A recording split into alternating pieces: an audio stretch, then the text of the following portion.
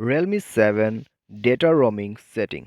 नमस्कार दोस्तों, स्वागत है आप सभी का तिकराज यूट्यूब चैनल पर। तो दोस्तों, आज के इस वीडियो पर मैं आपको बताऊंगा कि आप जो है कैसे डेटा रोमिंग सेटिंग कर सकते हैं। तो अगर दोस्तों आपको डेटा रोमिंग सेट करना है या फिर आपको ये सेटिंग नहीं मिल रहा है तो इस वीडियो को आप देख सकते हैं।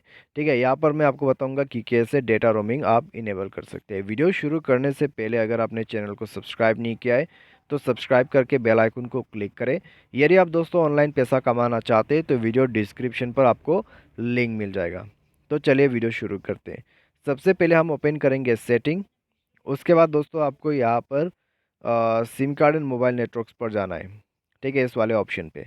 तो यहाँ पे जाके आपको मिलेगा इस तरह का इंटरफेस। तो कोई भी सिम को यहाँ पर आप ओपन कर सकते हैं। सिम 1 के लिए करना चाहते हैं तो सिम 1, सिम 2 के लिए करना चाहते हैं तो सिम 2।